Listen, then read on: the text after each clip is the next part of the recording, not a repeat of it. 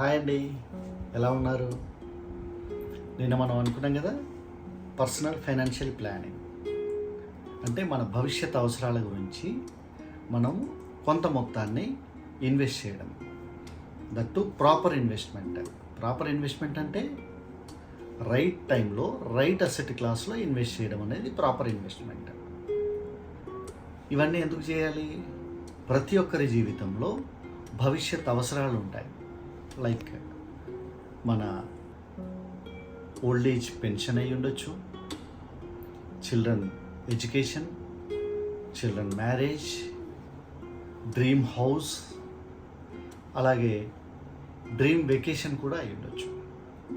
వీటన్నిటికీ మనం ఇవాల్టి నుంచి ఇన్ ద సెన్స్ ఎప్పుడైతే ఒక వ్యక్తికి తన లైఫ్లో ఇన్కమ్ అంటూ స్టార్ట్ అయిందంటే ప్రాపర్ ఇన్వెస్ట్మెంట్ చేయాల్సిందే. వాటన్నిటికీ సంబంధించి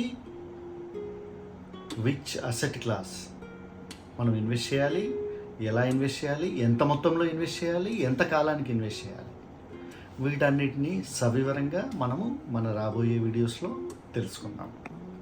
ఈ వీడియో మీకు నచ్చినట్లయితే లైక్ చేయండి, సబ్స్క్రైబ్ చేయండి, షేర్ చేయండి. Thank you.